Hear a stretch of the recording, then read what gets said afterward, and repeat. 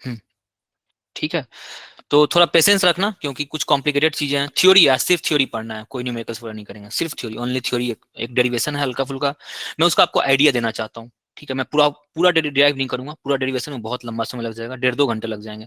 मैं आपको हल्का फुल्का आइडिया दूंगा, उसको समझने की कोशिश करना और पेशेंस बना के रखना, थोड़ा सा टफ है ये। ठीक है, तो मैं क्या बताना चाह रहा हूँ वो मैं आखिर में बताऊंगा आपको, पहले मुझे चलने दो, आगे बढ़ने दो, मुझे जहां दिक्कत होगी वहां पूछ लेना। बट फाइनल समझ जो, में शिवचर है। हाँ अंशिका, आज पहला क्लास है काइनेटिक थ्योरी ऑफ गैसेस का यस सर।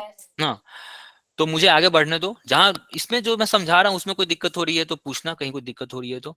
बट मैं जहां पहुंचना चाह रहा हूँ वहां मुझे पहुंचने देना, थोड़ा सा पेशेंस रखना कि मैं कहाँ पहुंचना चाह रहा हूँ, वहां पे पहुंच के मैं आपको कंक्लूजन बताऊंगा। तो थोड़ा पेशेंस रखना, आज ये टफ है, काइनेटिक थ्योरी ऑफ गैसेस काफी टफ है। ठीक है, तो काइनेटिक थ्योरी ऑफ गैसेस ये आपका जो टॉपिक है, काइनेटिक थ्योरी ऑफ गैसेस। ठीक है, इसमें ये वर्ड जो काइनेटिक आ रहा है ना, ये वर्ड काइनेटिक का मतलब क्या आप समझते हो? काइनेटिक एनर्जी जो होता था, किसी बॉडी के पास अगर काइनेटिक एनर्जी है तो उसके पास वो काइनेटिक एनर्जी क्यों होता है? काइनेटिक एनर्जी जो होता है उसको काइनेटिक नाम मैंने क्यों दिया था? क्योंकि उसके पास एक मोशन था। ठीक है, तो motion theory of gas, gas के मोशन वाला थ्योरी हमें पढ़ना होता है। मोशन कौन सा थ्योरी दे रहा होता है गैस का, इसके बारे में हमें जानना होता है। तो बेसिकली गैस के पास एक मोशन होता है, गैस के पास मोशन होता है, कहने का मतलब है कि गैस के मॉलिक्यूल्स के पास मोशन होता है। इस मोशन के कारण, ये जो मोशन गैस के एक मॉलिक्यूल के पास मोशन हुआ, इस मॉलिक्यूल के मोशन के कारण जो एक फिनोमेना आता है, लाइक जो जो पैरामीटर्स होते हैं गैस के, प्रेशर, वॉल्यूम और टेम्परेचर, इन तीनों को हम इस मोशन के नजरिए से समझते हैं। इस मोशन के व्यू से हम समझने की कोशिश करते हैं, ये एक नया अलग नजरिया देता है। ठीक है, तो इस मोशन के कारण प्रेशर आता है, इस मोशन के कारण वॉल्यूम आता है गैस का, इस मोशन के कारण गैस के पास एक टेम्परेचर होता है। तो ये सब कुछ हम अभी पढ़ने वाले हैं। This is the kinetic theory of gases, this is called kinetic, kinetic theory of gases. Gas के मोशन के कारण हम जो प्रेशर जो गैस एक्सर्ट करता है वो हम पढ़ने वाले हैं।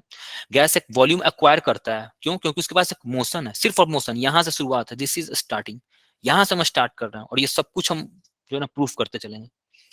तो गैस के पास एक मोशन होता है, ये हमारा स्टार्टिंग पॉइंट है। गैस के पास एक मोशन होता है, इस मोशन के कारण गैस प्रेशर एक्सर्ट करेगा, प्रेशर अप्लाई करेगा, गैस वॉल्यूम अक्वायर करेगा। मोशन के कारण गैस के पास मोशन है, इस रूम में गैस को छोड़ दो, गैस के पास मोशन है, हर कोना में जाकर गैस जो है ना वो छुप के बैठेगा, हर कोना में जाकर गैस बस जाता है। क्यों? क्योंकि इसके पास मोशन है, वो मोशन में है। टेम्परेचर, गैस के पास एक टेम्परेचर, गैस के जो मोशन के कारण गैस का एक टेम्परेचर होता है। तो सब कुछ को हम देखेंगे मोशन के कारण। हमारा पहला हमारा जो हमारा जो बेस है वो मोशन है, गैस के पास एक मोशन होता है। यहाँ से शुरू कर रहे हैं, ये जीरो लेवल हमारा है ना, गैस के पास एक मोशन होता है, इस मोशन के कारण हम प्रेशर, वॉल्यूम और टेम्परेचर सबको डिफाइन करेंगे, इस मोशन से डिफाइन करेंगे। This is called kinetic theory of gases. तो अगर ये थ्योरी है तो हमें कुछ चीजें मान के चलनी होती है भाई, लाइक न्यूटन्स लॉ भी जो था उस समय भी हम लोग कुछ कुछ मान के ही चलते थे। अरे हाँ अनुराधा, थर्मो खत्म हो गया, मैंने आपको बताया था ना लास्ट क्लास में। थर्मो का एक पोर्शन मैं आपको छोड़ रहा हूँ, heat second law, first law मैंने पूरा खत्म कर दिया है, सेकंड लॉ मैं छोड़ रहा हूँ। सेकंड लॉ में आपका हीट इंजन, 2-3 हीट इंजन है। सेकंड लॉ एक दिन का टॉपिक है, एक दिन में आपका हो जाएगा, वो नीतीश सर होंगे वो आपके ले लेंगे। मैंने आपको बता रखा है, मैं सेकंड लॉ छोड़ रहा हूँ, फर्स्ट लॉ खत्म हो गया। फर्स्ट लॉ में क्या बचा है? खत्म हो गया। ठीक है, चलो, ओके ठीक है। तो गैस के मोशन के कारण प्रेशर आता है, वॉल्यूम आता है, टेम्परेचर आता है, ये सब अभी हम देखने वाले हैं। ठीक है, तो कुछ पॉस्टुलेट्स हैं। अब पॉस्टुलेट्स क्या होते हैं भाई? पॉस्टुलेट्स कहने का मतलब, पॉस्टुलेट्स का हिंदी वर्ड होता है मान्यताएं। कुछ मान्यताएं होती हैं, लाइक शास्त्रों वगैरह में लिख दिया जाता है कि भाई ऐसा होता है तो वो हमें करना होता है, हम उसको फॉलो कर रहे हैं भाई, आज तक फॉलो कर रहे हैं बिना कुछ कारण के। हाँ, हम शास्त्रों ने लिख के दिया है, ग्रंथों में लिखा हुआ है, तो हम इसको फॉलो कर रहे हैं। ठीक है, तो उसका कोई लॉजिक नहीं होता है। तो वही हम जो अभी पोस्टुलेट्स पढ़ने वाले हैं काइनेटिक थ्योरी ऑफ गैसेस का, इसका कोई लॉजिक नहीं है। ये मत पूछना कि सर ये कैसा है, इसका कोई डेरिवेशन नहीं है, बिना प्रूफ का हम कुछ चीज मान लेते हैं, बिना प्रूफ का। हम कोई प्रूफ नहीं करने जा रहे हैं, फिर भी हम मान के चलेंगे कि इतनी चीजें होती हैं और तब हम आगे बढ़ेंगे। अगर इतनों को आप नहीं मानोगे तो चीजें बहुत कॉम्प्लिकेटेड हो जाएगा। फिर आप किसी का वेलोसिटी नहीं निकाल सकते हो, टेम्परेचर नहीं निकाल सकते हो, प्रेशर नहीं निकाल सकते हो, आप काफी चीजें कॉम्प्लिकेटेड हो जाएंगी। ठीक है, तो कुछ मान्यताएं हैं जिनको हमको लेकर के आगे बढ़ना है। तो postulates, postulates of kinetic theory of gases. तो काइनेटिक थ्योरी ऑफ गैसेस शुरू करने से पहले हम कुछ मान के चलेंगे ना, और इसका कोई डेरिवेशन नहीं है, बिना प्रूफ का। मानना है मतलब बिना प्रूफ का है। ठीक है, postulates of KTG, kinetic theory of gases के कुछ पॉस्टुलेट्स हैं। तो हमारा पहला पॉस्टुलेट था गैस के पास मोशन होता है, सबसे पहला तो यही है हमारा, गैस के पास मोशन होता है, और मोशन कैसा होता है, रैंडम होता है और सभी डायरेक्शन में होता है। ठीक है, तो मॉलिक्यूल्स हैव रैंडम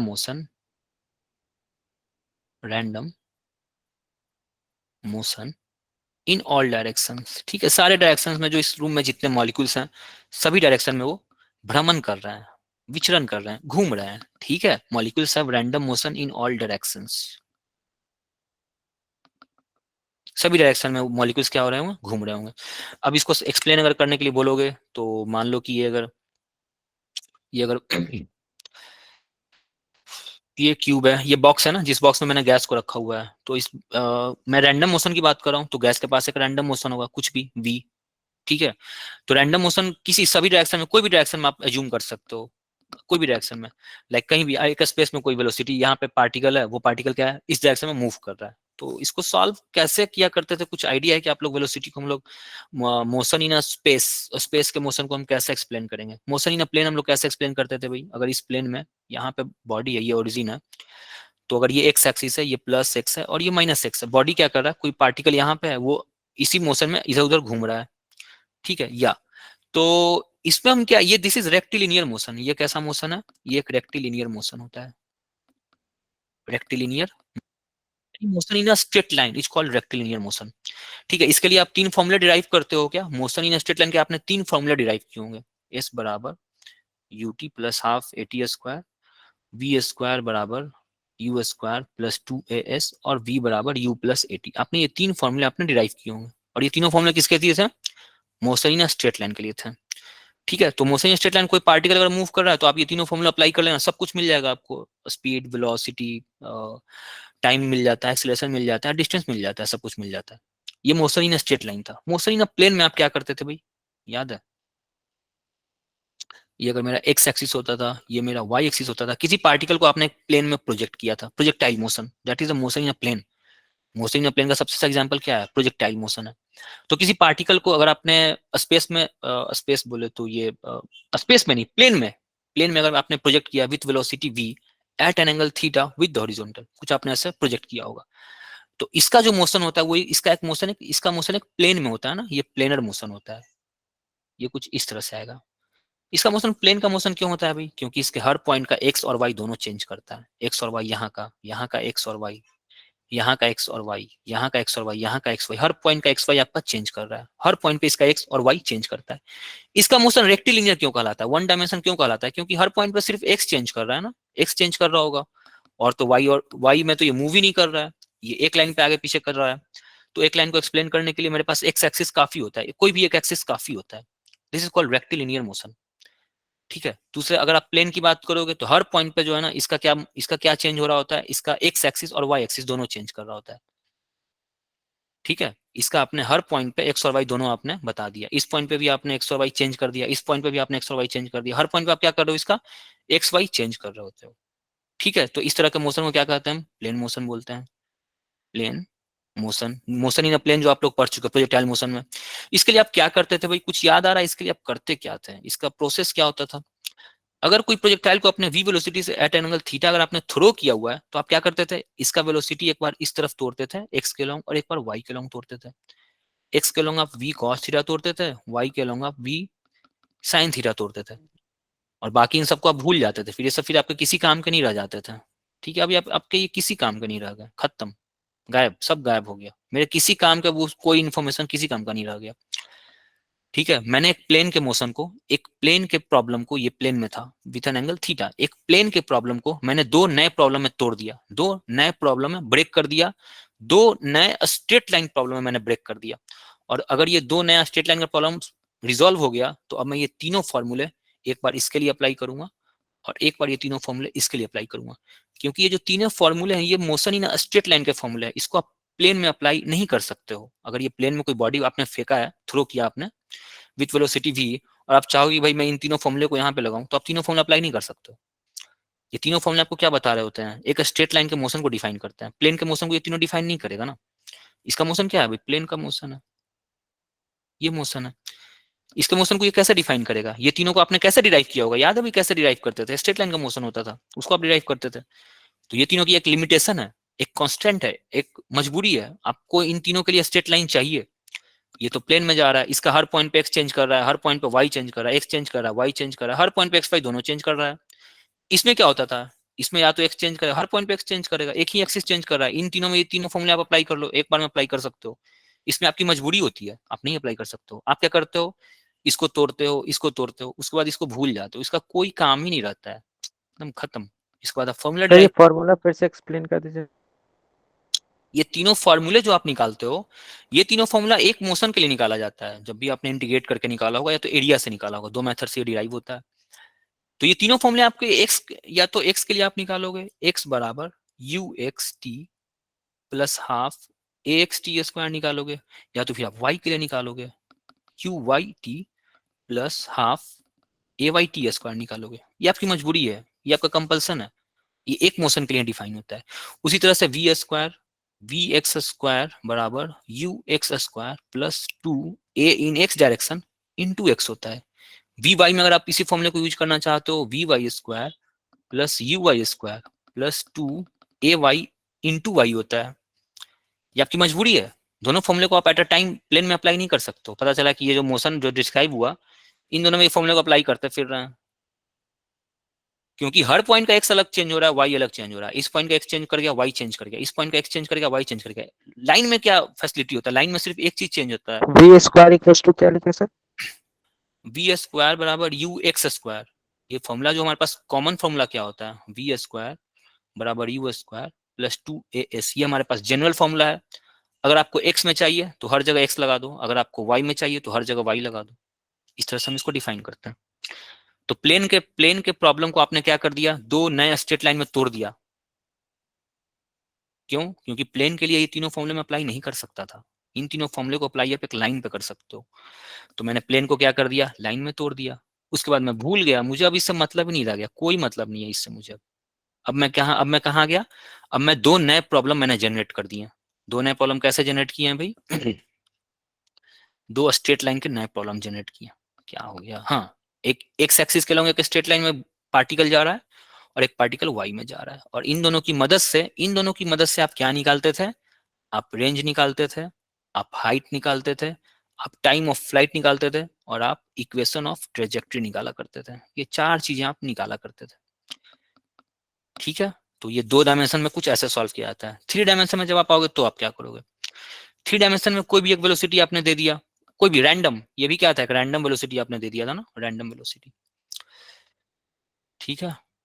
तो अगेन आप क्या करोगे, यहाँ पे आप एक रैंडम वेलोसिटी आपने दे दिया। रैंडम वेलोसिटी के तीन कंपोनेंट तोड़ सकते हो आप, एक वी एक्स में तोड़ो, एक वी वाई में तोड़ो, और एक वी जेड में तोड़ लो, ठीक है। अब जब तीनों तीन अलग अलग एक्सिस में तोड़ दिया, यानी कि इसका मोशन अब एक्स के अलॉन्ग हो रहा होगा, इसका मोशन का एक हिस्सा एक्स में मैंने तोड़ा, इसके मोशन का एक हिस्सा मैंने वाई में तोड़ा, इसके मोशन का एक हिस्सा मैंने जेड में तोड़ा, और तीनों हिस्सों में मैं अलग अलग ये तीनों फॉर्मूले बारी बारी से अप्लाई करूंगा, तब जाके इसका प्रॉब्लम सॉल्व होता है। दिस इज द प्रोसेस, ठीक है भाई, कुछ ऐसा करना होता है ना। तो इसके पास अब तीन वेलोसिटी, इसका जो एक कंपोनेंट था, एक वेलोसिटी था कॉमन रैंडम वेलोसिटी, उसको मैंने तीन अलग अलग कंपोनेंट में मैंने ब्रेक कर दिया, V X V Y V Z, ठीक है। यहां तक समझ में आया भाई, कैसे क्या यस करते सर। हैं प्रोसेस वगैरह, कुछ कुछ समझ में आ रहा है ना। चलो, हाँ मन, ठीक है। तो यही वो प्रोसेस है जिससे आप आर एच और रेंज हाइट और टाइम ऑफ फ्लाइट निकालते हो ना, उसका जो जो रूट कॉज है ना वो ये है। मेरा प्रॉब्लम क्या होता है, मैं प्लेन में मैं डायरेक्ट फॉर्मूला मैं नहीं अप्लाई कर सकता हूँ। ये तीनों फॉर्मूले प्लेन के हैं क्या, ये प्लेन के नहीं है, ये तीनों स्ट्रेट लाइन के फॉर्मूले होते हैं भाई। हमारी मजबूरी होती है, तब जाके हम क्या करते हैं, इस प्लेन के इक्वेशन को, प्लेन के मोशन को हम दो नए स्ट्रेट लाइन में ब्रेक करते हैं। और आपने जैसे ही ब्रेक कर लिया, इसको भूल जाओ, अब प्लेन को तो भूल जाओ, अब आपके पास दो नए प्रॉब्लम, एक एक्स के लॉन्ग और एक वाई के लॉन्ग, इसको सॉल्व कर लो। आपका ये चारों फॉर्मूला जो है ना, चारों फॉर्मूला जो आपने डिराइव किया होगा, तो इसको अलग से सॉल्व किया होगा, इसको अलग से सॉल्व किया होगा, दोनों को क्लब करते हैं हम। क्लब क्यों करते हैं, क्योंकि टाइम कांस्टेंट होता है दोनों का, टाइम कॉमन होता है दोनों में। तो इसका टाइम निकाल के उसमें पुट करोगे तो रेंज आएगा, उसका टाइम निकाल के इसमें पुट करोगे तो हाइट आएगा, दोनों का में से टी को गायब कर दोगे तो इक्वेशन ऑफ ट्रेजेक्ट्री आ गया, हो गया खत्म। यही है projectile, this is a process.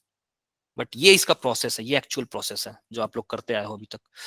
तो अभी इससे ये ऐसे ही आप रेंज हाइट और निकालते हो। तो इसके पास वेलोसिटी है, वेलोसिटी का तीन कंपोनेंट हम निकाल सकते हैं, V X V Y V Z, ठीक है।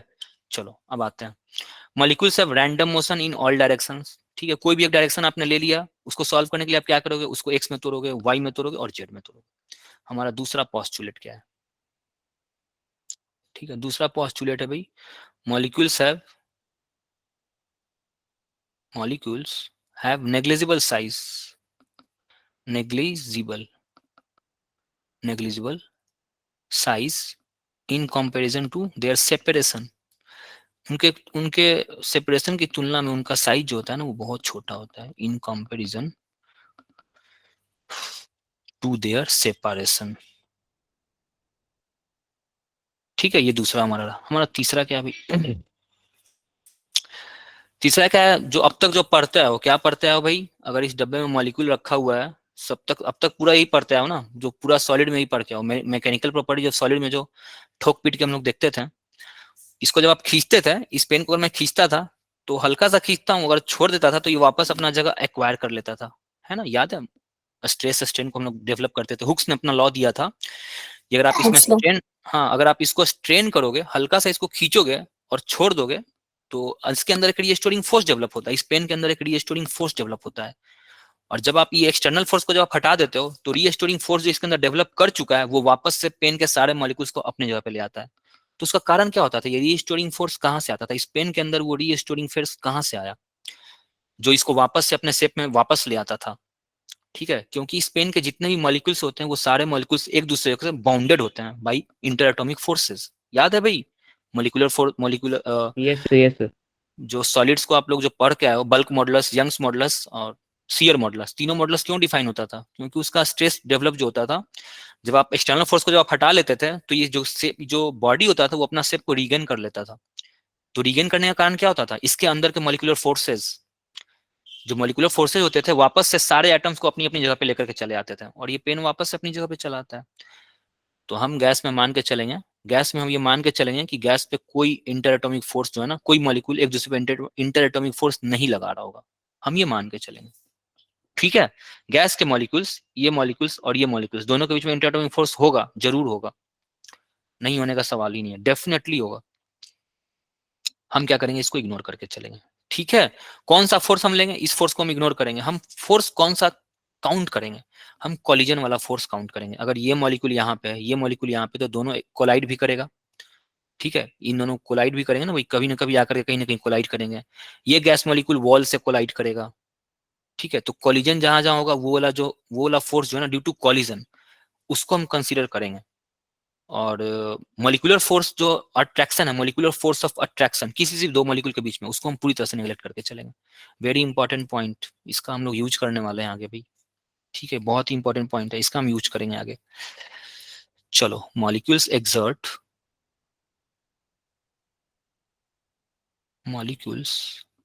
exert no force on each other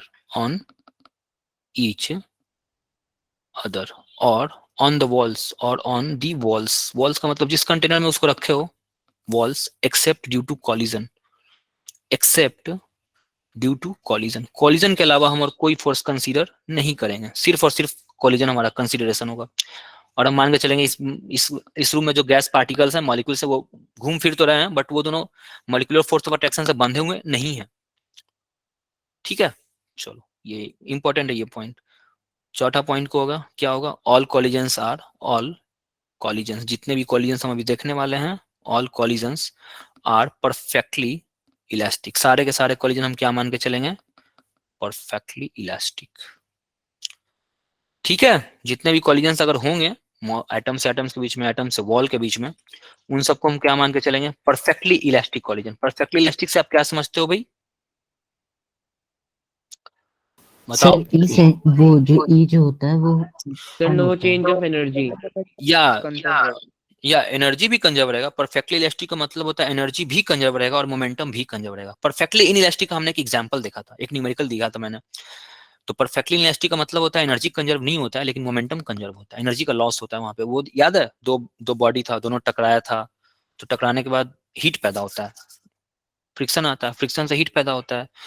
तो दोनों के पास जो एनर्जी होता है ना, एनर्जी का लॉस होता है। और यही लॉस इन एनर्जी जो होता है ना, गेन इन थर्मल एनर्जी होता था। Energy neither be created nor be destroyed. कोई लूज करेगा तो कोई गेन करेगा। Yes, sir. तो ये दोनों अपना एनर्जी जो है ना वो लूज करते थे। परफेक्टली इनइलास्टिक कोलिजन, दोनों टकराया, टकराने के बाद दोनों क्लब हो गया, अब क्लब हो गया, दोनों साथ मूव कर रहा है, this is called perfectly inelastic. दोनों चिपक गया ना, दोनों चिपक गया और अब दोनों जहां जाएगा साथ जाएगा, this is called perfectly inelastic. Perfectly inelastic में एनर्जी का लॉस होता है, और वो लॉस ऑफ एनर्जी जाता कहाँ है, गायब तो नहीं हो जाएगा ना। तो वो दोनों जो टकराया था ना, टकराने के बाद हीट जनरेट होता है, दैट हीट, तो कोई लूज करता है तो कोई गेन करता है, तो that is called perfectly inelastic. Perfectly elastic में क्या होगा, एनर्जी भी कंजर्व रहेगा, मोमेंटम भी कंजर्व रहेगा, दोनों कंजर्व होते हैं। तो हम पूरा प्रोसेस में मान के चलेंगे मेरा एनर्जी और मोमेंटम पूरा कंजर्व है, कहीं कोई लॉस नहीं हो रहा है। पांचवा क्या है, मोस्ट इंपॉर्टेंट, मतलब ये इसका तो कोई जवाब ही नहीं है, gases, gaseous molecules, gaseous molecules obey Newton's laws of motion. ये तो आपका पीछे छोड़ेंगे ही ना, न्यूटन्स लॉज ऑफ मोशन। ठीक है, सारे gaseous molecules Newton's laws of motion follow करेंगे स्ट्रिक्टली। अगर ये 5 मान्यता, एक और है पोस्टुलेट, उसको मैं एक्सप्लेन नहीं कर रहा हूँ क्योंकि वो उसकी जरूरत नहीं है फिलहाल, उसको एक्सप्लेन में काफी टाइम लगता है, कभी जरूरत पड़ेगी तो मैं कर दूंगा। तो अगर ये 5 एजम्पशंस आप मान के चलते हो, कोई प्रूफ नहीं है इसका, कोई डेरिवेशन नहीं है, अगर ये मान के चलते हो तो हम आगे बढ़ेंगे, और आगे बढ़ेंगे तो हम ये देखेंगे कि मोशन जो होता है वो प्रेशर एग्जर्ट करता है, गैस का मोशन, गैस के पास अगर मोशन है तो वो वॉल्यूम अक्वायर करता है, गैस के पास अगर मोशन है तो गैस का पास एक टेम्परेचर होता है, ये हम आगे देखेंगे अगर ये पांचों पोस्टुलेट्स आप मान लेते हो तो। ठीक है, कहाँ से आया, कैसे आया, इसका कोई डेरिवेशन नहीं है, कोई कुछ नहीं है। चलो आज अब हम ये देखने जा रहे हैं, अगर ये पांचों पोस्टुलेट्स आप मान लिए हो तो अब हम ये देखने जा रहे हैं कि भाई, हाँ बोलो, कोई डाउट है किसी?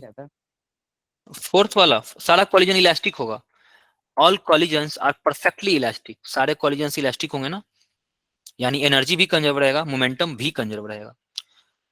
ठीक है, सबको एक कहानी समझ में आ रहा है? भाई सब तो कहानी है, मैं क्या ही Yes, बोलूं sir. इसमें, ये सब कहानी है।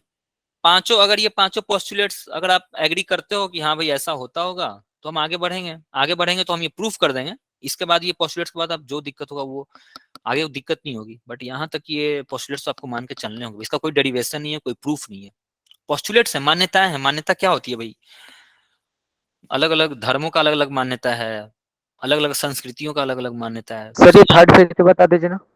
Molecules exert no force on each other, किसी भी कोई भी मॉलिक्यूल, भाई सॉलिड जो होता है, ये पेन सॉलिड सॉलिड क्यों है, पानी लिक्विड फॉर्म में क्यों होता है, ऑक्सीजन जो होता है वो गैस फॉर्म में क्यों होता है, क्योंकि इसके जो दो मॉलिक्यूल्स होंगे उन मॉलिक्यूल्स के बीच में लगने वाला inter atomic force, molecular atomic forces जो होते हैं वो बहुत स्ट्रांग होते हैं, तब वो एक सॉलिड बनाता है। लिक्विड क्यों, लिक्विड की मतलब क्या है भाई, लिक्विड आखिर लिक्विड क्यों होता है, वो किसी भी शेप में क्यों ढल जाता है, क्योंकि उसके अंदर लगने वाला जो इंटर एटॉमिक फोर्स होता है, जो पानी के जो दो मॉलिक्यूल्स हैं वो दोनों जो एक दूसरे के फोर्स ऑफ अट्रैक्शन से जो बंधे हुए होते हैं, बाउंडेड होते हैं, वो सॉलिड की तुलना में कम होता है। गैस की बात कर लो, गैस के मॉलिक्यूल सब बिखरे पड़े हुए होते हैं, अलग अलग होते हैं, तो उन दोनों के बीच में लगने वाला फोर्स ऑफ अट्रैक्शन जो है, मॉलिक्यूलर फोर्स ऑफ अट्रैक्शन, वो बहुत ही कम होता है with respect to solid liquid. Solid और लिक्विड की तुलना में गैस के बीच के जो मॉलिक्यूल्स, जो दो मॉलिक्यूल्स के बीच में जो फोर्स ऑफ अट्रैक्शन जो काम कर रहा होता है वो बहुत ही वीक होता है। तो बहुत ही वीक होता है, हम मान के चले कि गैस के मॉलिक्यूल्स के बीच में कोई फोर्स लग ही नहीं सकता है, दोनों के बीच में कोई फोर्स नहीं लग रहा है, हम ये मान के चलेंगे वीक होता है, बहुत ही वीक होता है।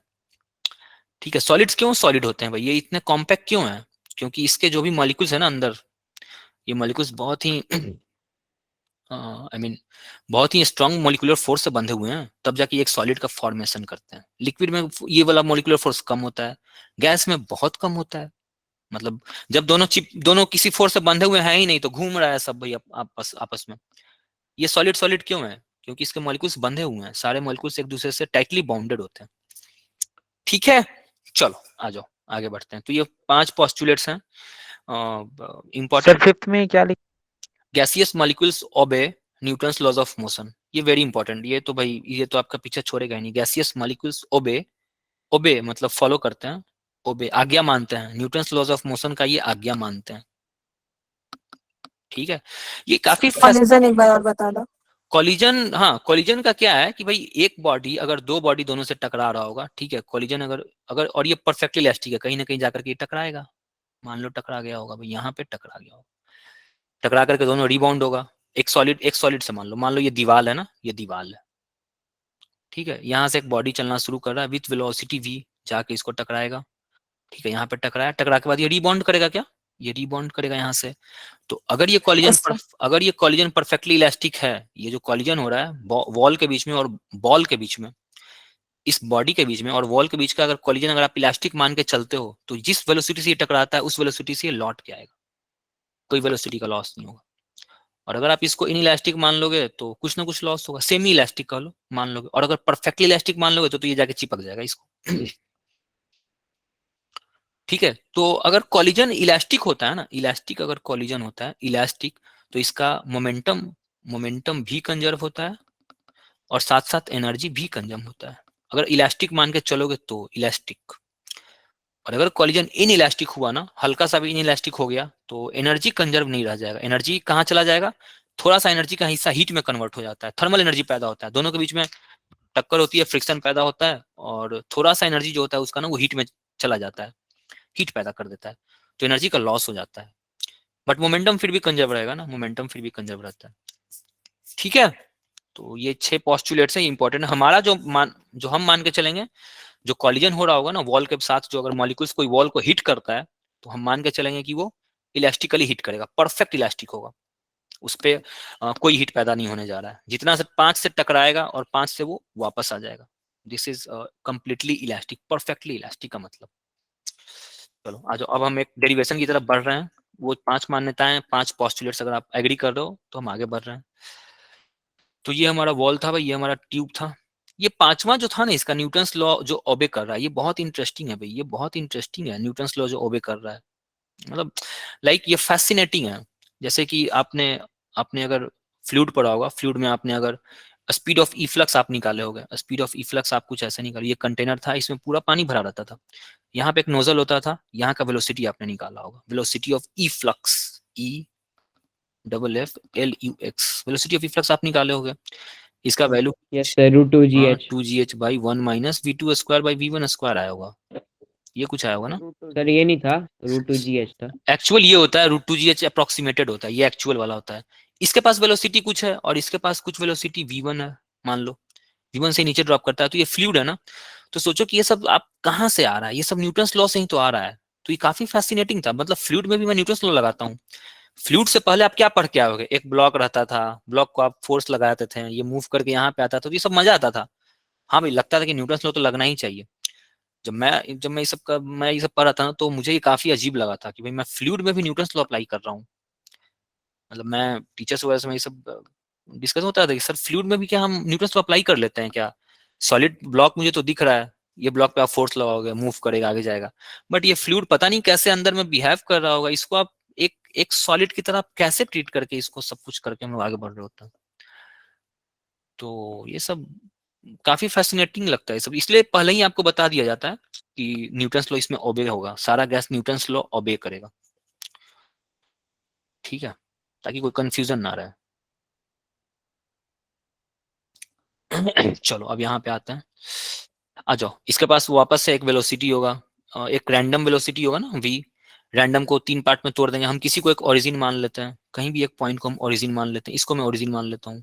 This is x, this is y, नहीं ये x और ये y और ये z, x y z, ये x नहीं होगा, ये x मान लेते हैं, आ जाओ इसको x मान लेते हैं, इसको y मान लेते हैं और इसको z मान लेते हैं। ठीक है, ये x y z हो गया, इसका वेलोसिटी v है ना, रैंडम। तो अगर आपने इसको ओरिजिन माना हुआ है, अगेन वो प्रोजेक्टाइल की तरह हम इसको तोड़ रहे हैं भाई, हम कुछ भी नया नहीं कर रहे हैं ना, हम कुछ भी अलग नहीं कर रहे हैं। मैं इसको प्रोजेक्टाइल की तरह तोड़ूंगा फिर से, इसकी एक वेलोसिटी vy में होगी, इसकी एक वेलोसिटी vx में होगा और इसका एक वेलोसिटी vz में होगा। होगा भाई, एग्री कर रहे हो सब,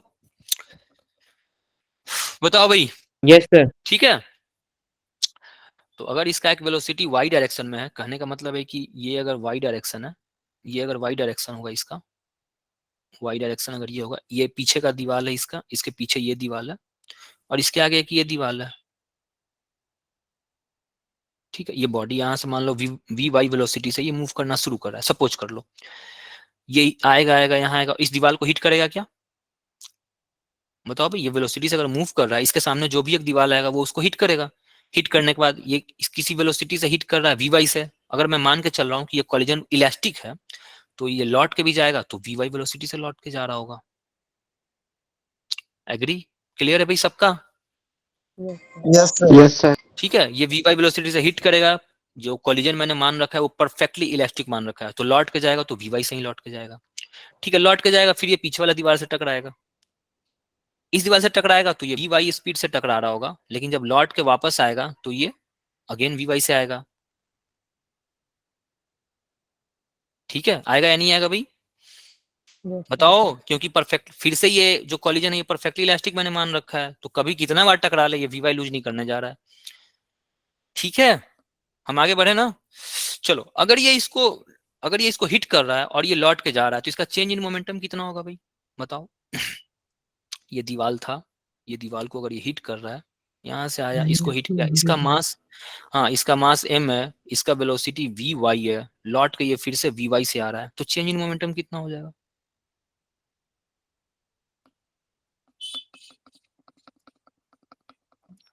-2mvy होगा। बताओ भाई, ये एग्री कर रहे हो क्या? ये होगा? Yes, sir.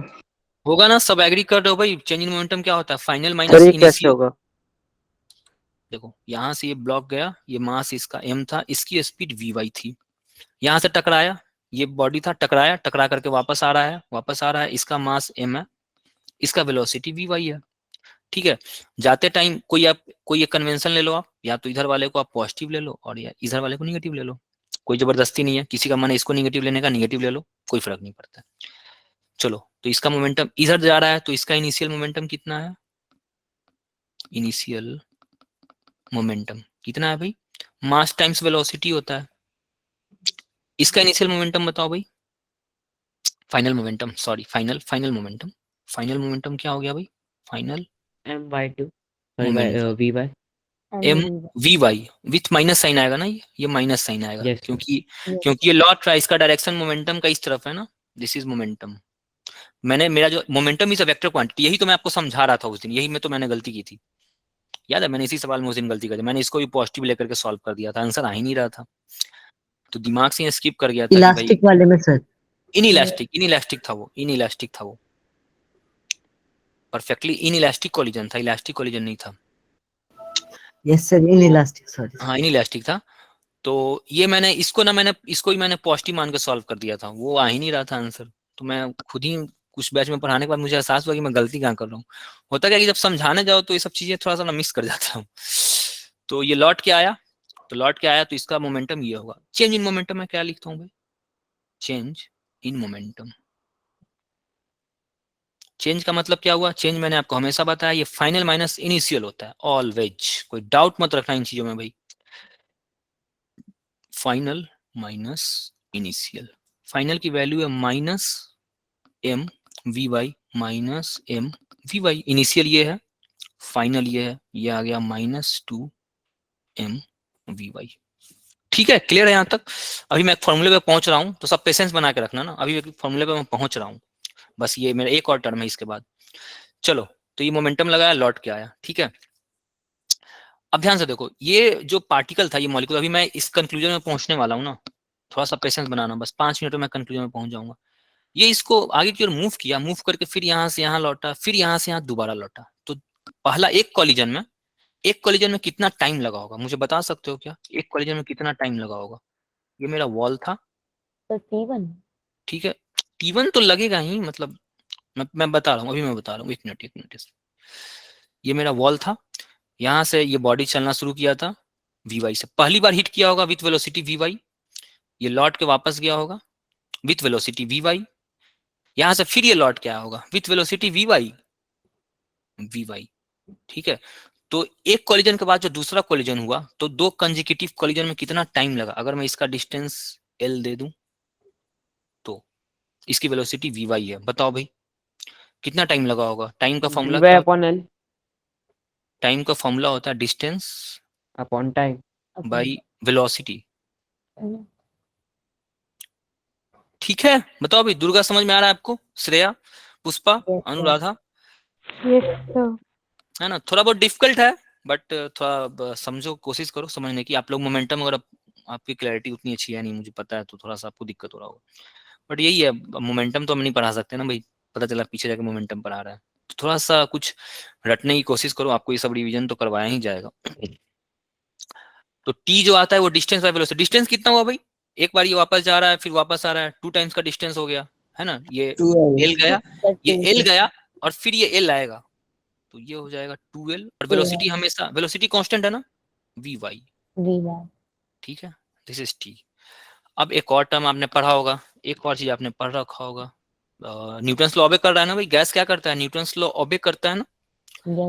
तो rate of change of moment, rate of change of momentum, rate of change of momentum, बताओ भाई ये न्यूटन का कौन सा लॉ है ये, और ये क्या देता है, फोर्स, ये फोर्स देता है, ठीक है। तो दो कंसेक्यूटिव कॉलिजन्स में फोर्स कितना लगा होगा ये मुझे निकालना है। तो डेल्टा पी मैंने निकाल दिया है, डेल्टा पी मैंने निकाला, डेल्टा पी मैं क्या निकाला हूँ भाई, हाँ 2 माइनस लगा लो 2mVy, ठीक है, बाई डेल्टा टी अगर मैं कर दूं तो यहाँ पे मैं डेल्टा टी को मैं क्या लिख सकता हूँ, डेल्टा टी को मैं लिख सकता हूँ 2L बाई Vy, यहाँ पे है बाई Vy, ये मेरा फोर्स हो गया, ठीक है। तो मेरा फोर्स का फॉर्मूला आ गया -2m Vy स्क्वायर बाई 12। अभी बस 5 मिनट, 2 मिनट में बस ये डिराइव होने वाला है, 2 मिनट में मैं इसका कंक्लूजन बताने जा रहा हूँ। ये वाई डायरेक्शन का फोर्स है ना, तो मैं वाई डायरेक्शन लगा दे रहा हूँ, ठीक है। अब ये जिस वॉल को हिट किया होगा उस वॉल का एक एरिया होगा भाई, तो मैं उसका, इस फोर्स का मैं इम्पैक्ट देखना चाहता हूँ। एरिया, प्रेशर क्या होता है, इम्पैक्ट होता है एरिया पे, उसका कुछ असर होता है, इफेक्ट होता है उस फोर्स का एरिया पे। तो एरिया पे मैं असर देखने के लिए क्या करूंगा, मैं इसको भी ए से मैं डिवाइड कर दे रहा हूँ और मैं इसको भी मैं ए से डिवाइड कर दे रहा हूँ, उस वॉल का एरिया जो भी रहा होगा। तो मेरे पास एक नया फॉर्मूला आ गया, pressure, pressure in Y, Y के अलॉन्ग वाला प्रेशर, डायरेक्शन नहीं होता प्रेशर का भाई। तो ये हो गया Fy बाई ए बराबर -2m a, 2 तो कैंसिल हो जाएगा, ये 2 कैंसिल हो जाएगा, हटाओ इसको 2 को, 2m by L into Vy square, ठीक है। तो यहाँ से प्रेशर का मेरे पास एक जनरल फॉर्मूला आ गया, Py बराबर, Py बराबर, इसे 2 कहाँ से आ रहा है भाई, माइनस आएगा, माइनस को तो आप हटा सकते हो, ये फोर्स की बात है, इसको माइनस को हटा लो फिलहाल, अभी के लिए हटा लो, डेरिवेशन करते हैं तो ये हट जाता है, पता आपको एक्चुअली में चलेगा, बट अभी हटा लो इसको। माइनस क्या बता रहा है, बस फोर्स का डायरेक्शन बता सर ये रहा v स्क्वायर कहाँ से है? है। ये आया ना, ये आया ना, ये तो ये ऊपर वाला डेल्टा टी का टाइम, डेल्टा टी के बदले मैंने 2L बाई Vy मैंने पुट किया, ये देखो डेल्टा टी का मैंने वैल्यू निकाल लिया था 2L बाई Vy, ठीक है। और यहाँ से 2L बाई Vy मैंने नहीं लिख दिया। अब ये Vy कहाँ जाएगा, ये न्यूमरेटर में चला जाएगा, इसमें कोई डाउट है किसी को, इसको आप लिखोगे ना 2m Vy डिवाइडेड बाई, ये बड़ा ब्रैकेट होता है 2L बाई Vy, ये लिखा हुआ है ना इस तरह से, तो ये जो होता है ये ऊपर चला जाता है, तो ये फॉर्मूला आ गया 2m Vy का whole square divided by 2L। बताओ भाई यहाँ तो कोई प्रॉब्लम है, क्लियर है भाई, ये क्लियर हुआ, कौन पूछ रहा था, जो भी है क्लियर है ना, आगे बढ़े। Yes sir. चलो, तो ये वी स्क्वायर आ गया, ये यहां तक हम पहुंचना चाह रहे थे। पी वाई बराबर आ गया, पी वाई बराबर आ गया M A by L into V Y square, ये देखो ये आ गया, ठीक है। और ये y और y का है, तो ये y डायरेक्शन का निकला था, जब आप x में निकालने जाओगे तो आपको सेम ऐसा ही रिजल्ट मिलेगा, M A by L V X का स्क्वायर। आप z में निकालने जाओगे तो आपको z में भी कुछ ऐसा ही एक रिलेशन आएगा, M A by L V Z V Z square, ठीक है। तीनों को ऐड करोगे, P X P Y P Z, तीनों को मैं एग्जैक्ट नहीं बता रहा हूँ ना, मैं बस रफली बताते जा रहा हूँ, पी एक्स और पी वाई और पी जेड ये तीनों भी बराबर होता है, ठीक है। ये तीनों बराबर क्यों होता है, कोई बता सकता है क्या, तीनों बराबर मैं पी मान लेता हूँ। इस रूम में जितने भी गैस हैं उस गैस का एक ही वेक्टर से निकले है ना, नहीं, एक लॉ है भाई, बड़ा शानदार लॉ है, उस लॉ से ही आता है, बताओ कौन सा लॉ है वो, बताओ, अभी जस्ट पढ़ के आया हो यार, ये बड़ा इंपॉर्टेंट लॉ है। मॉलिक्यूल का for side law of conservation of energy, conservation of energy का कॉन्सेप्ट नहीं, बताओ भाई, बड़ा अच्छा लॉ है ये यार, बड़ा शानदार लॉ है, जो प्रेशर जो वॉल पे अप्लाई करता है वो सारा का सारा बराबर आ रहा है, तीनों को मैंने बराबर मान रखा है। जो एक्स जो है वो अपने सामने वाले वॉल पे प्रेशर लगाया, Pascal's law, Newton second Pascal's law, right Yashveer, ये पास्कल्स लॉ है, पास्कल का लॉ क्या बोलता है भाई, गैस जो अंदर में रखा हुआ होता है वो सारे डायरेक्शंस में सेम फोर्स लगा रहा होता है, यही था ना पास्कल का लॉ। ठीक है, तो पास्कल लॉ से तीनों बराबर आता है। तो यहां से प्रेशर का एक जनरल फॉर्मूला आपके पास आएगा 1/3 m by volume into velocity of RMS का स्क्वायर। ठीक है, ये मैं प्रूफ नहीं करने जा रहा हूं, मेरा दिखाने का मकसद ये था जो प्रेशर होता है वो फंक्शन ऑफ वेलोसिटी होता है। ये मैंने आपको दिखा दिया, ये मैंने आपको यहीं पे दिखा दिया था, ये यहाँ पे मैंने आपको दिखा दिया। क्या sorry sorry, RMS?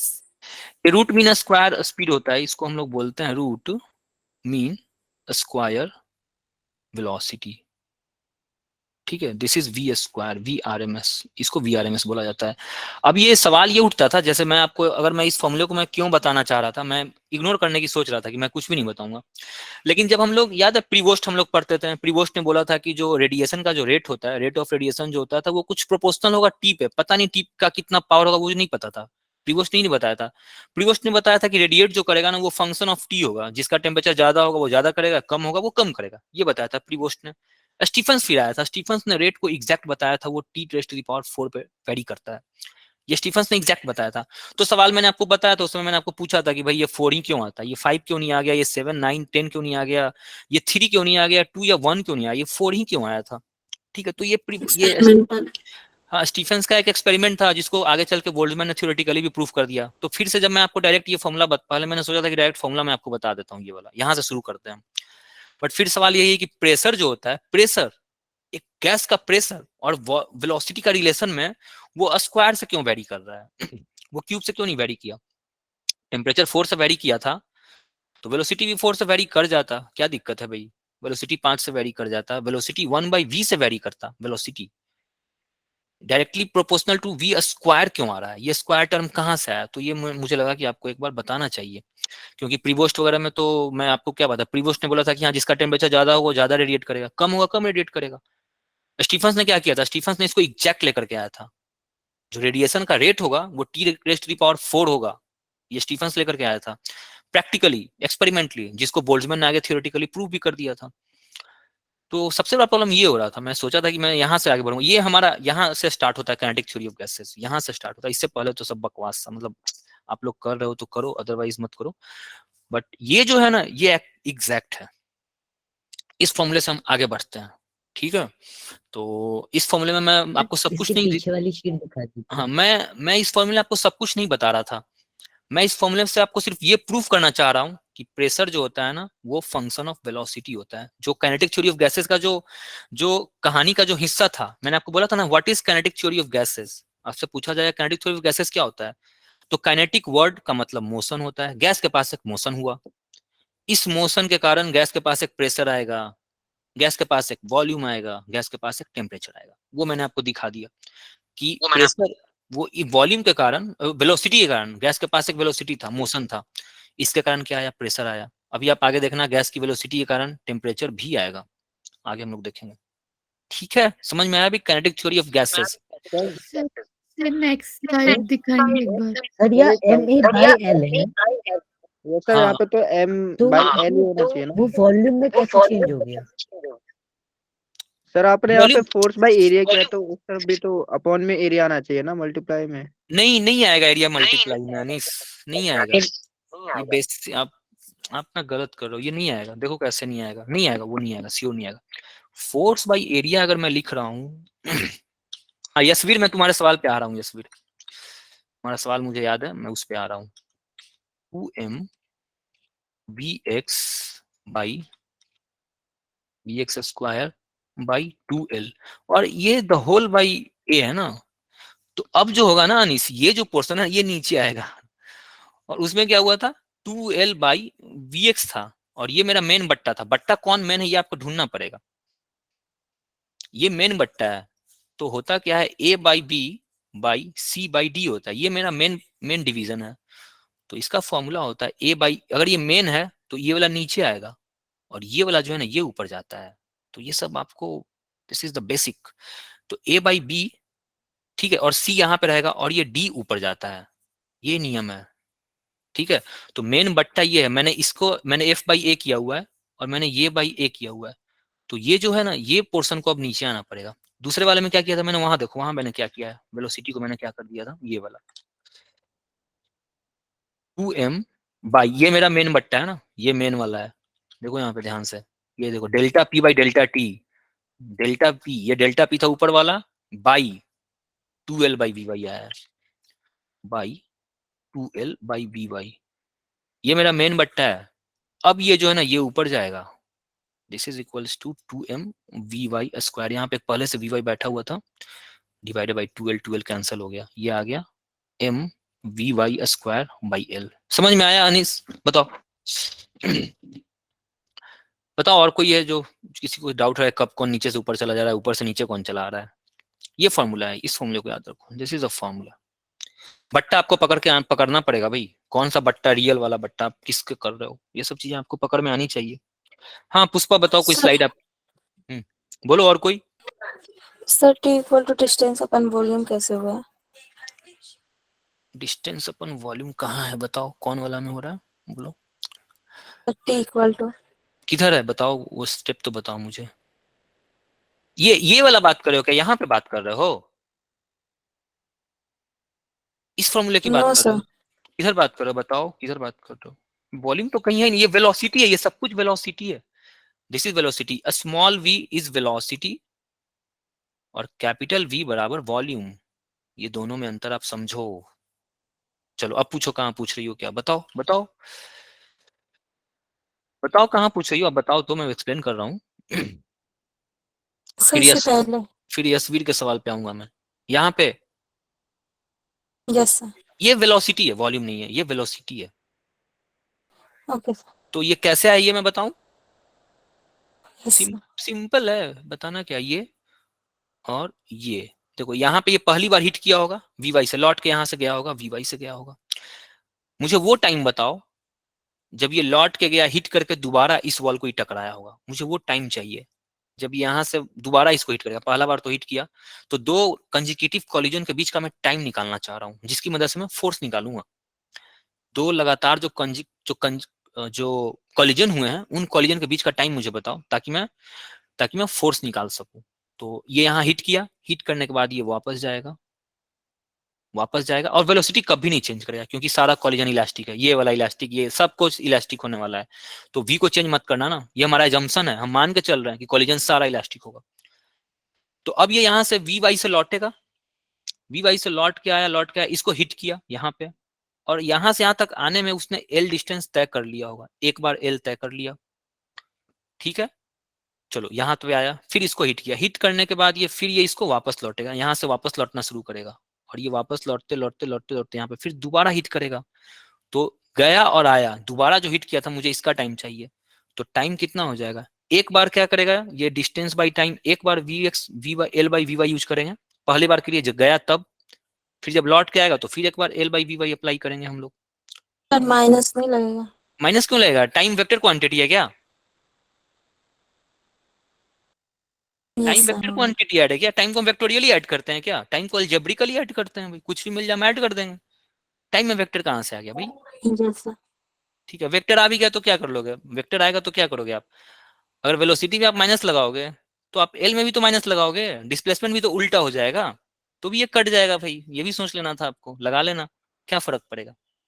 Yes sir. अगर ये वेलोसिटी इधर से वापस आ रहा है तो डिस्प्लेसमेंट भी तो इधर से हो रहा था, अगर ये वेलोसिटी इधर जा रहा था तो डिस्प्लेसमेंट भी इधर ही हो रहा था, तब भी वो कैंसिल होगा, मान लेना, वेक्टर क्वांटिटी, वेक्टर नहीं होता है भाई, टाइम अलजेब्रिकली हम ऐड करते हैं, टाइम को वेक्टोरियली ऐड नहीं करते हैं।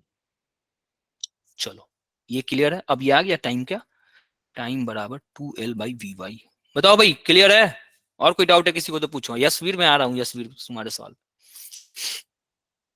चलो आ जाओ, यशवीर का एक डाउट है, हाँ यशवीर पूछ रहा है कि यहाँ m बाई एल जो है ना वो वॉल्यूम कहाँ से आ गया, तो मैंने इसको डिराइव किया ही नहीं है यशवीर, मेरा जो मकसद था, मैं आपको ये दिखाना चाहता था, प्रेशर जो होता है ना वो function of V R M S होता है, आर एम एस वेलोसिटी का फंक्शन होता है, मेरा ये दिखाने का मकसद था। इसके बाद इस स्टेप के बाद कहाँ गया यार, हाँ इस स्टेप के बाद यहाँ पहुंचा मैं, यहाँ पे एम है, यहाँ पे ए है, यहाँ पे एल है, पता नहीं क्या क्या है, मैंने आपको डायरेक्ट ये फॉर्मूला लिख दिया, तो उसके बाद मैं डिराइव कर भी नहीं रहा हूँ, क्योंकि अभी डेरिवेशन में बहुत कुछ है। अब कितना कितना मैं डिराइव कराता चलूं, अभी आधा एक घंटा और लगेगा इस डेरिवेशन पे यहाँ तक पहुंचने में। मेरा मकसद था काइनेटिक थ्योरी को बताना। What is kinetic theory of gas. Kinetic theory of gas में जो काइनेटिक वर्ड है ना, मैं इस काइनेटिक वर्ड को मैं एक्सप्लेन कर रहा हूँ। ये काइनेटिक वर्ड आपको क्या बता रहा है। काइनेटिक थ्योरी ऑफ गैसेस आप पढ़ने आए हो ना भाई, काइनेटिक थ्योरी ऑफ गैसेस आप पढ़ रहे हो। तो काइनेटिक थ्योरी ऑफ गैसेस में काइनेटिक वर्ड आपका क्या बता रहा होता है। काइनेटिक वर्ड बता रहा है कि गैस के पास एक मोशन है, और अगर गैस के पास मोशन है तो काइनेटिक थ्योरी जो बोल्ट्जमैन और मैक्सवेल ने मिलकर दिया था, इसको 1700 1800 टाइम्स में इसने मिलकर दिया था, दोनों ने मिलकर, मैक्सवेल और बोल्ट्जमैन ने। तो ये उनका दिया हुआ था, उन दोनों का कंबाइंड टेक्स्ट। एटम के बताने से भी पहले बता दिया था इन लोगों ने। हाँ, तो उनको ये उनका ये बताने का ये सब कुछ है। उन्होंने बोला कि अगर गैस के पास मोशन है, बोल्ट्जमैन और मैक्सवेल, अगर गैस के पास मोशन है, जो कि है, हम मान लिए कि मोशन है, तो हम शुरुआत कहाँ से किए थे। हम तो सिंपल मोशन से शुरू किए थे ना भाई। हम क्या शुरू कहाँ से किए, गैस के पास एक वेलोसिटी था, बस यही तो मेरा सबसे पहला पॉइंट था। हम यहां से फॉलो करते करते करते करते मैंने आपको प्रूफ कर दिया कि गैस के पास एक प्रेशर भी आएगा, गैस वॉल पे एक प्रेशर भी लगाएगा, जो कि फंक्शन होता है वीआरएमएस का। गैस इस पी में क्या था, एक वीआरएमएस छुपा हुआ है। तो मैंने ये दिखा दिया। इसके बाद मैंने आपको डायरेक्ट फॉर्मूला बता दिया, 1/3 mass, total mass of gas divided by volume of gas into velocity of RMS का स्क्वायर। ये मैं प्रूफ नहीं किया हूं, मैं बोल रहा हूं कि मैं ये प्रूफ नहीं किया। मेरा मकसद प्रूफ करना था भी नहीं, मेरा मकसद ये था काइनेटिक थ्योरी ऑफ गैसेस को समझाना था। What is KTG, kinetic. What is kinetic stands for what, kinetic, ये वर्ड आपका क्या बता रहा होता है। What is kinetic theory of gases, क्या पढ़ने आ जाते हो काइनेटिक थ्योरी में, क्या समझते हो भाई, कहाँ क्या पढ़ते रहते हो उल्टा पुल्टा। कोई बुक खोल करके काइनेटिक ऑफ गैस क्यों पढ़ रहे हो, kinetic theory of gases. Kinetic word का एक मायने है। मैक्सवेल और बोल्ट्जमैन ने बोला था कि अगर अगर किसी गैस के पास काइनेटिक एनर्जी है, वेलोसिटी है, तो वो गैस प्रेशर एक्सर्ट करेगा, वो गैस वॉल्यूम अक्वायर करेगा, उस गैस के पास एक इंटरनल एनर्जी होगा, दैट इज टेम्परेचर। तो वो मैंने आपको प्रूफ करके दिखाया, कि प्रेशर जो है ना, वो वॉल्यूम का एक फंक्शन, वेलोसिटी का फंक्शन होता है। अगर गैस के पास एक वेलोसिटी है तो गैस प्रेशर लगाएगा, डेफिनेटली लगाएगा। तो ये नया नजरिया है देखने का, गैस के पैरामीटर्स को, प्रेशर वॉल्यूम टेम्परेचर वाले पैरामीटर को देखने का नया नजरिया।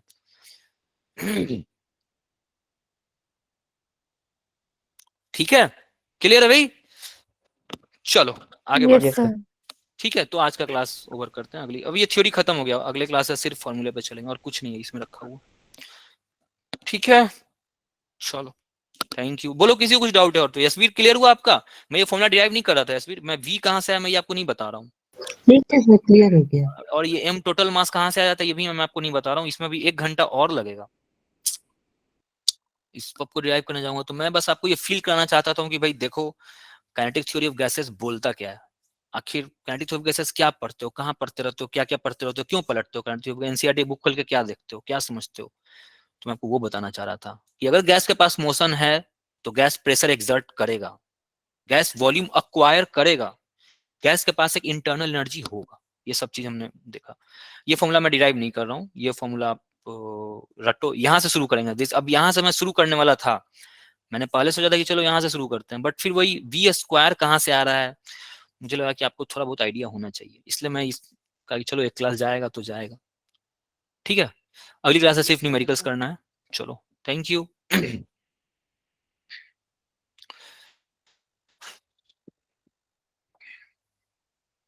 Good night sir. Good good night night, sir. Good night, good night, good night.